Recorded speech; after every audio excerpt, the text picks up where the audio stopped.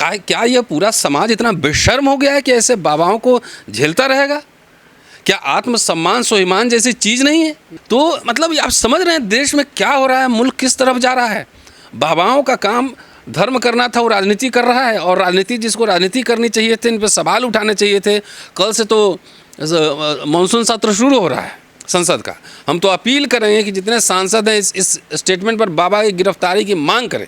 RSS Bhajpa की सरकार है, वो मनुस्मृति को मानने वाले लोग हैं, तो इनका मन बढ़ा हुआ है, जो मर्जी है बोल देते हैं।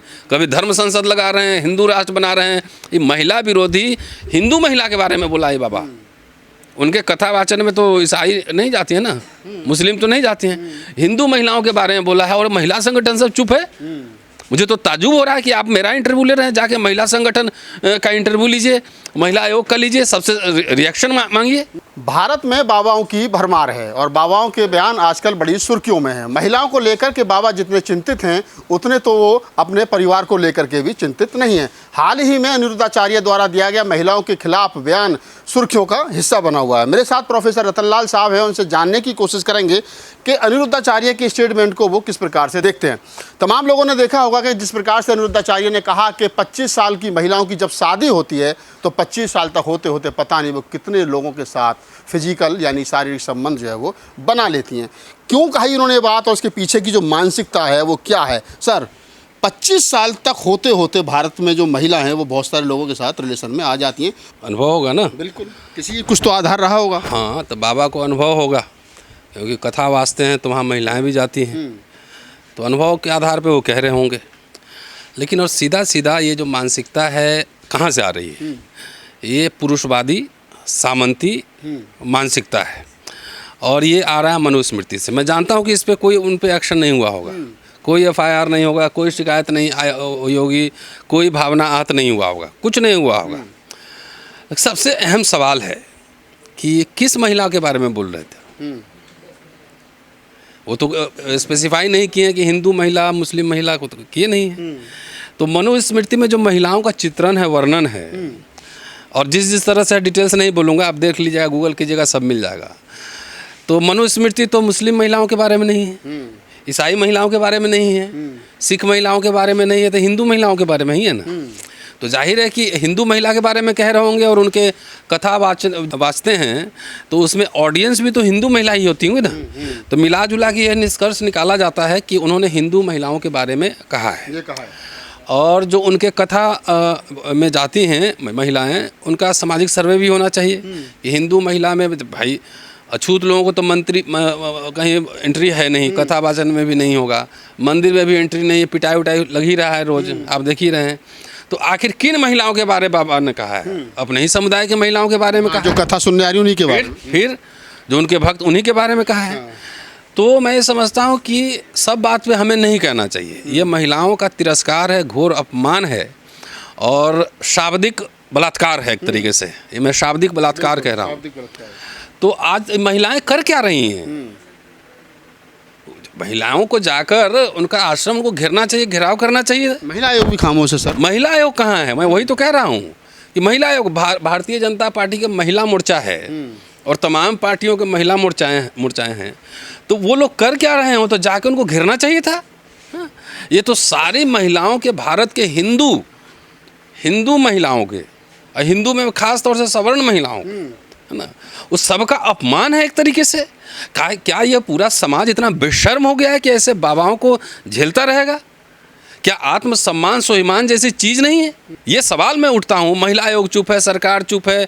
महिला आयोग तो कुछ दूसरा का हो जाता है, बिलबिला के निकलती हैं। अभी महामहिम राष्ट्रपति भी चुप है, शायद उनका भी स्टेटमेंट नहीं है। देश की प्रथम नागरिक है। बंगाल में तो स्टेटमेंट आ गया था, मणिपुर में नहीं आया, जहाँ महिला को नंगा घुमाया गया था। महिला विरोधी बाबा ये बोल रहा है, राष्ट्रपति महामहिम राष्ट्रपति को ही मंदिर में नहीं घुसने दिया। अरे कोविंद साहब थे, उनको सीढ़ी पे बैठा दिया। और ये भी गई थी, महामहिम राष्ट्रपति गई थी मंदिर में, तो कहाँ अंदर घुसने दिया? तो मतलब आप समझ रहे हैं देश में क्या हो रहा है, मुल्क किस तरफ जा रहा है। बाबाओं का काम धर्म करना था, वो राजनीति कर रहा है, और राजनीति जिसको राजनीति करनी चाहिए थे, इन पर सवाल उठाने चाहिए थे। कल से तो मानसून सत्र शुरू हो रहा है संसद का। हम तो अपील करेंगे कि जितने सांसद हैं इस स्टेटमेंट पर बाबा की गिरफ्तारी की मांग करें। जितने बाबा हैं, आसाराम हो चाहे उनका बेटा हो, सारे बाबा तो इस तरह के जेल में, बाबा सबका सही अगर इंक्वायरी हो जाए ना, सही मैं कह रहा हूँ, तो सारे ही बाबा जेल में होंगे, सारे बाबा जेल में होंगे। चूंकि अभी आरएसएस भाजपा की सरकार है, वो मनुष्य मृत्यु को मानने वाले लोग हैं, तो इनका मन बढ़ा हुआ है, जो मर्जी है बोल देते हैं। कभी धर्म संसद लगा रहे हैं, हिंदू राष्ट्र बना रहे हैं। ये महिला विरोधी हिंदू महिला के बारे में बोला है बाबा। उनके कथा वाचन में तो ईसाई नहीं जाती है ना, मुस्लिम तो नहीं जाती हैं, हिंदू महिलाओं के बारे में बोला है। और महिला संगठन सब चुप है। मुझे तो ताजुब हो रहा है कि आप मेरा इंटरव्यू ले रहे हैं, जाके महिला संगठन का इंटरव्यू लीजिए, महिला आयोग का लीजिए, सबसे रिएक्शन मांगिए। एक इसी से मिलती जुलती घटना और पिछले 2-3 दिन में घटी है, जो इकरा हसन एक सांसद हैं समाजवादी पार्टी की, विदेश से पढ़ के आई हैं, बड़ी सभ्य महिला हैं, कभी उनके सर से उनका दुपट्टा तक नीचे नहीं आता। उनके बारे में जोगिंदर राणा, वो पहले से शादीशुदा हैं, बच्ची हैं। उन्होंने कहा कि मैंने अपनी बीवी से परमिशन ले ली है और मैं इकरा हसन से शादी करके इस देश के मुसलमानों का जीजा बनना चाहता हूँ, अब ओवैसी का जीजा बनना चाहता हूँ, और इकरा हसन से शादी करने के बाद मेरे घर में नमाज भी पढ़ सकते, मुझे कोई दिक्कत नहीं है। एक ये भी टिप्पणी महिला के खिलाफ हुई है, उस पर भी कोई कार्रवाई नहीं, उस पर भी कोई कार्रवाई नहीं। तब मैंने कहा ना कि मनुस्मृति का चल रहा है ना, तो ऐसे लोगों पे कार्रवाई थोड़ी होगी। हम आप कुछ बोल देंगे तो खट से भावना जैसे छुई मुई है, इसी पे बोल दूंगा तो बहुत लोगों की भावना आहत हो जाएगी। इसी मुद्दे पर इकरा हसन की शादी हुई है, मैं नहीं हुई है, तो चलिए कम से कम शुक्र है इकरा हसन ने रिजेक्ट कर दिया इसको, रिजेक्ट कर दिया ना।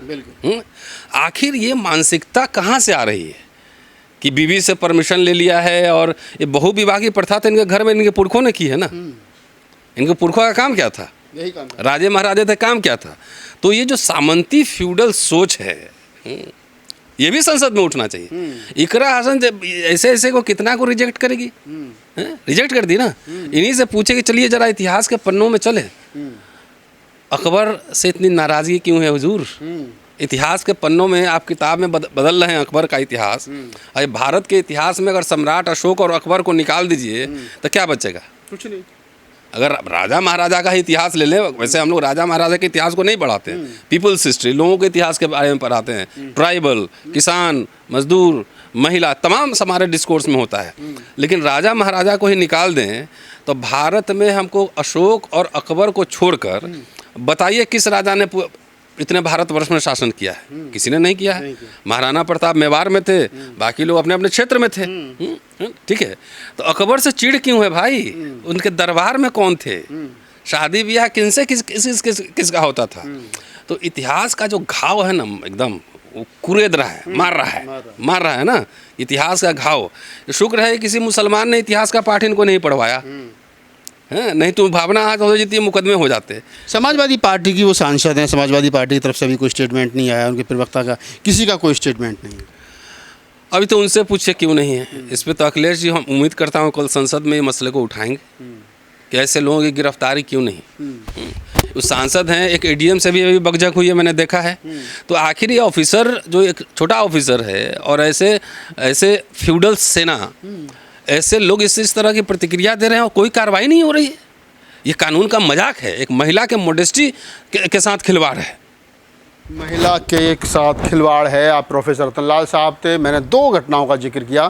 पहली घटना, जिस प्रकार से अनिरुद्धाचार्य ने देश की आधी आबादी महिलाओं के लिए, हिंदू महिलाओं के लिए कहा कि जो 25 साल तक की महिलाएं वो ना जाने कहाँ मुंह मारती हैं, ये अशोभनीय बयान है। इसकी जितनी निंदा की जानी चाहिए उतनी होनी चाहिए। दूसरा, इकरा हसन के लिए जिस प्रकार से सेना के नेता ने भाषा का इस्तेमाल किया वो भी अशोभनीय है और महिलाओं का अपमान है। दोनों के आसपास बैठने की उसकी औकात नहीं है। सर कह रहे हैं कि इकरा हसन के आसपास बैठने की औकात नहीं है, लेकिन हम इतना तो कह सकते हैं एक सभ्य समाज का हिस्सा होने के नाते कि ये दोनों घटनाएं कम से कम मानवता को शर्मसार करने वाली हैं। और शायद यही हिंदू राष्ट्र है जिसकी कल्पना मनुस्मृति से आती है, और ये वही लोग हैं जो मनुस्मृति से इस देश को चलाना चाहते हैं। इस पूरी बातचीत के बारे में क्या प्रतिक्रिया है हमें कमेंट सेक्शन में बताइए। धन्यवाद।